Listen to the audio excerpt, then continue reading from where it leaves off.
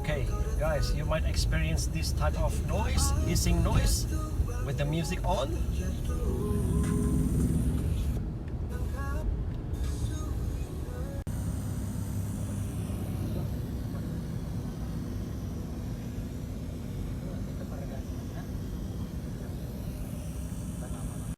Okay, in this very quick video, I'm going to show you how to fix this issue. Alright, stay tuned. And so we have to look back on our owner's manual from Nakamichi diagram. We have to find all the speaker wires. And don't forget to take a look at the power cable socket. And once again, just be careful and find the reference color regarding the speaker wires, which is right here. All these we have to convert it into an RCA output, and then we'll be able to connect this socket, RCA socket, into this input, which is the RR out and RL out. Also these two, FR out, FL out. Okay, let's get to work. Okay, so I found this old RCA socket from my old RCA cables. I just cut them off. This is just an example for you guys. I'm not going to actually use this for my audio system, and this is just an example. Okay, so I've already cut and spliced the RCA cables for you guys to see what's inside.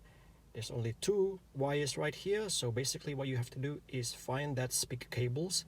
The positive side, you hook it up to the red one, and the negative side, you hook it up to the ground side right here, or other way around. It doesn't really matter. So that way you'll be able to connect these RCA wires once you're done into this RCA input right there. Cool. Okay, so as you guys can see, I've purchased this type of RCA connector, as I reckon it will look a lot better behind this wiring harness at the back of the head unit. Okay, and as you guys can see, I've already converted the speaker wires to RCA output. Instead of me cutting it from the original wiring harness, what I did was I modified the speaker wires coming from the aftermarket wiring harness right here for a cleaner install.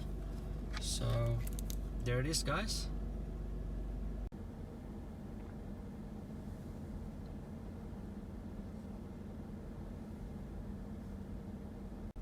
Okay, so I've already finished off the conversion of the speaker wire, so just plug them into the designated RCA lines, and that's it. And so if you just recently installed your new head unit and encounter some hissing noise coming from the speakers, be sure to follow these wiring steps, and that way the original factory amps runs correctly with the new head unit. Okay, once you're done, refit everything and play some music.